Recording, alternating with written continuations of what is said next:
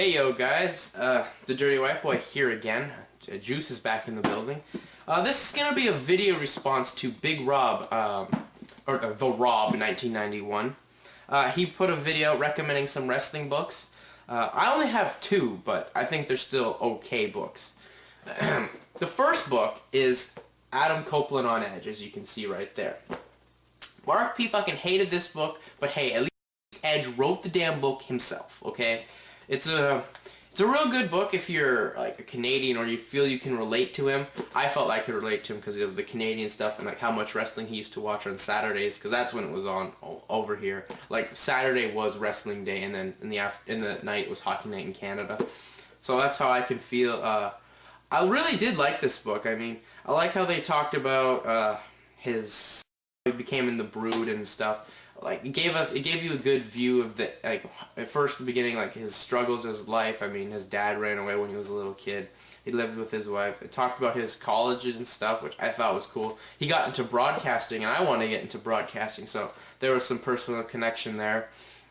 What else did they? I like I said, the indie stuff. I like how they talked about Rhino and so on and so forth. I like how they kind of talked about him being in WCW as a jobber just to get money, which I like. And then I found the couple matches with him on YouTube, so that's freaking cool that I actually got to see that. Then it talked about him being in the Brood, which was really cool. I mean, he was pumped about that. I know he was. He really liked being in the Brood.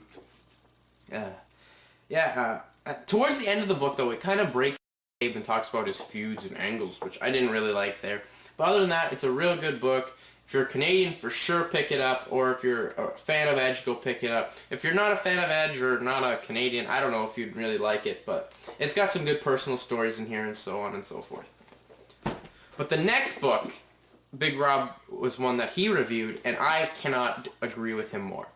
Cheating Death, Stealing Lives, the Eddie Guerrero story.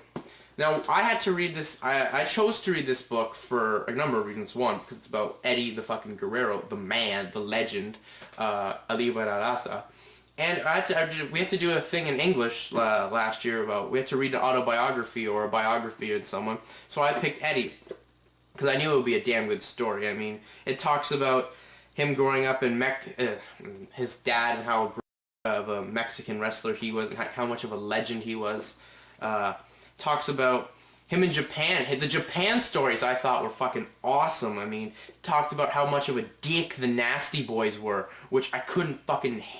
I used to love the Nasty Boys, but after reading that, like, man, they're fucking dicks backstage. Like, oh my god, they just get hammered and play practical jokes on people. Talked about him in AAA or Art Bar. Talked about the Art Bar stories were good. And Eddie gave a real in-depth thing on when he passed away, and it was really touching.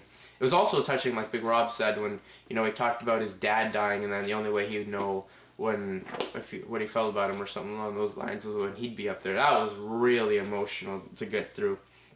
It talked about him in WCW and how, like, they really had a lack of stuff. Like, it talked about the first day, him and, I think it was Chris Benoit or Dean Malenko. I can't remember, but they were there when they first day in WCW, where they were there when Paul Orndorff and Vader got into their big fight, which led to Vader's getting fired from WCW.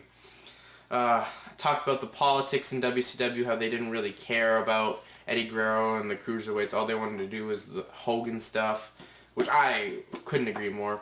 Talked about him working with, you know, which that was fun for him. I mean, and how Chavo hated the stuff that they worked with. Like, he had to wear the shirt that said Eddie Guerrero is my favorite wrestler. Eddie Guerrero talks about, like, that and the LWO and how they lacked in marketing. They only brought shirts like that when they went to a high Hispanic population.